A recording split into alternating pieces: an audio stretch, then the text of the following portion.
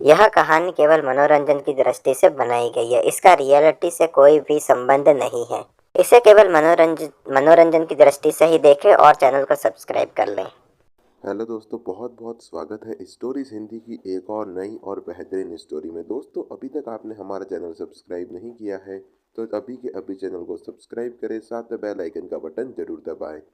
टप्पू और सोनू दोनों के घर वाले उनकी शादी के लिए उनके पीछे पड़ चुके थे, लेकिन अभी भी वो दोनों शादी करने के लिए तैयार नहीं थे, क्योंकि वो दोनों आपस में शादी नहीं कर रहे थे। उनके लिए अलग अलग लड़का लड़की ढूंढा जा रहा था। इसके लिए चंपक चाचा ने भी अपने एक दोस्त को बुला लिया था, जो कि टप्पू के लिए कोई अच्छी सी लड़की ढूंढ रहा था।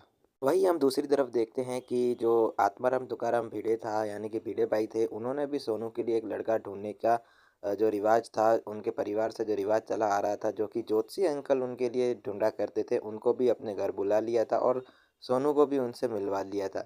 और वो अब सोनू के लिए अलग अलग तरह के लड़के ढूंढने का कार्यक्रम शुरू कर चुके थे। लेकिन वहीं हम टप्पू और सोनू को देखते हैं, वो दोनों मिलते हैं और पूरी टप्पू सेना ये डिसाइड करती है कि किसी ना किसी तरह के तरीके से इस बात को टाल दिया जाए। सारे लोग मिलकर डिसाइड करते हैं कि किसी ना किसी तरह के से हमें ये सारी बातें अब अपने परिवार से बिल्कुल हटानी पड़ेगी उनके दिमाग से। भाई ज्योतिषी अंकल भी पड़ जा निकल जाते हैं अपने काम पर।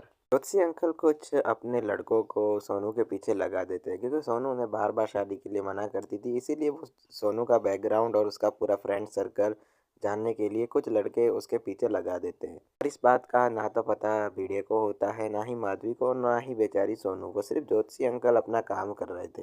तो सोनू की पल पल की खबर ले रहे थे कि वो किससे मिल रही है, कहाँ जा रही है, किसके साथ घूम रही है और कहाँ कहाँ उसका रोज़ आना जाना है, और वो कॉलेज में किससे बात कर रही है। ये सारी की सारी जानकारी कलेक्ट कर रहे थे और ज्योतिषी अंकल को रोज़ शाम होते ही ज्योतिषी अंकल तक पूरी रिपोर्ट पहुंचा दिया करते थे, ये बिल्कुल अंडर कवर एजेंट की तरह। एक दिन सोनू जो है वो टैक्सी से जा रही थी और उसकी टैक्सी एक होटल के बाहर जाकर रुकती है। वो होटल के अंदर चली जाती है और इस बात का पता जब उन दोनों अंडर कवर एजेंट जो ज्योतिषी अंकल के लिए काम करते थे, जब उनको पता चलता है, तो वो भी उसका पीछा करते करते उस होटल में चले जाते हैं। तो वहाँ देखते हैं होटल में जाकर, लेकिन सोनू कहीं भी नहीं दिखती है उनको।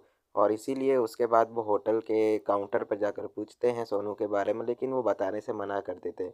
और उसके बाद जब वो थोड़ा पैसा वैसा खिलाते हैं उन काउंटर वालों को, तो वो सारी डिटेल दे देते हैं कि वो कौन से कमरे में गई है और किसके साथ गई है। उसके बाद वो दोनों जाते हैं कमरे की तरफ और ज्योतिषी अंकल को भी तब तक फ़ोन कर दिया जाता है। तो ज्योतिषी अंकल भी भागे भागे वहाँ पर आ जाते हैं। उसके बाद जब कमरे का दरवाज़ा खोला जाता है, तो वहाँ से पिंकू बाहर निकलता है और वहीं बेड पर देखते हैं तो वहाँ पर सोनू लेटी हुई थी।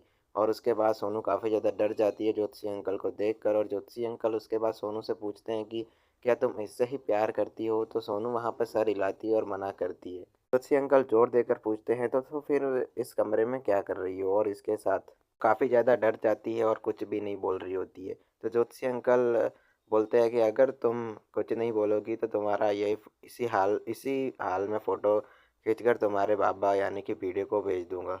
वो काफ़ी ज़्यादा डर जाती है और बोलती है कि हाँ, मैं इसी से प्यार करती हूँ। तो बस इतना सा बोलकर बोलती है सोनू, और उसके बाद ज्योतिषी अंकल दोनों को पकड़ कर ले जाते हैं और अपनी गाड़ी में ज़बरदस्ती डालकर ले जाते हैं। वहीं वहाँ पर ये सारी खबर टप्पू सेना को भी पहुँच चुकी थी और टप्पू सेना भी अब उनका पीछा कर रही थी। इसके बाद जो ज्योतिषी अंकल होते हैं वो बहुत ज़्यादा पावरफुल होते हैं और वो किसी भी तरीके से अपने समाज का नाम बदनाम होने नहीं दे सकते थे। इसीलिए वो फटाफट सारी व्यवस्था कराते हैं और उन दोनों की शादी की तैयारी कर देते हैं। और उसके बाद पिंकू और सोनू की ज़बरदस्ती शादी की तैयारी करवा दी जाती है। और वहाँ पर पिंकू के माँ बाप को और आत्माराम तुकाराम भिड़े यानी कि सेक्रेटरी साहब और माधवी को भी सारी जानकारी दे दी जाती है कि वो क्या कर रहे हैं। इसके बाद जब भिड़े को ये सारी बातें पता चलती है, तो भिड़े को काफ़ी ज़्यादा दुख होता है और वो सोचता है कि ये शायद टप्पू के साथ हो सकती थी, लेकिन ये पिंकू के साथ हो। तो मन ही मन में थोड़ा सा खुश होता है कि एक अच्छे परिवार में तो जा रही है मेरी लड़की। वहाँ पर टप्पू बार बार रोड़ा बनने की कोशिश कर रहा था कि ये सब गलत है, ये क्या हो रहा है। और वहाँ पर सोनू भी इस सारी चीज़ें देखकर काफ़ी ज़्यादा रो रही थी, माधवी भी उसके साथ साथ रो रही थी। और जब गोकुल धाम के सारे मेंबर भी आते हैं, तब उनके ज़मीन भी खिसक जाती है नीचे से।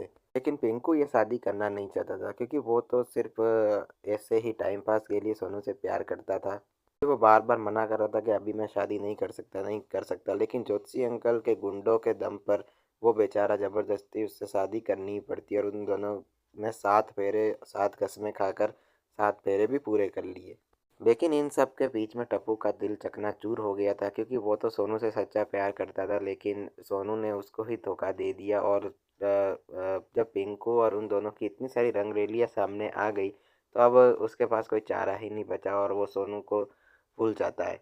लेकिन ये सारा सपना था टप्पू का, और जैसे ही सपना टूटता है तो उसकी हार्ट बीट इतनी बड़ी हुई होती है कि चंपक चाचा भी उससे पूछते हैं कि टप्पू तूने ऐसा क्या देख लिया सपने में जो तेरा दिल इतना तेजी से धड़क रहा है। तो वो सारी बातें तो अब नहीं बता सकता था बापूजी को, इसीलिए वो सारी बात टाल देता है और कहता है कि कुछ नहीं दादाजी, वो बस ऐसे ही कुछ बुरा सपना देख लिया। अब कुछ नहीं, आप भी सो जाइए, मैं भी वापस सो जाता हूँ। तो क्या ये सपना सच हो सकता है? आपको क्या लगता है कमेंट में ज़रूर बताइएगा। और दोस्तों, ये केवल मनोरंजन के लिए होती है स्टोरी, आप इतना सीरियस मत लीजिए करें।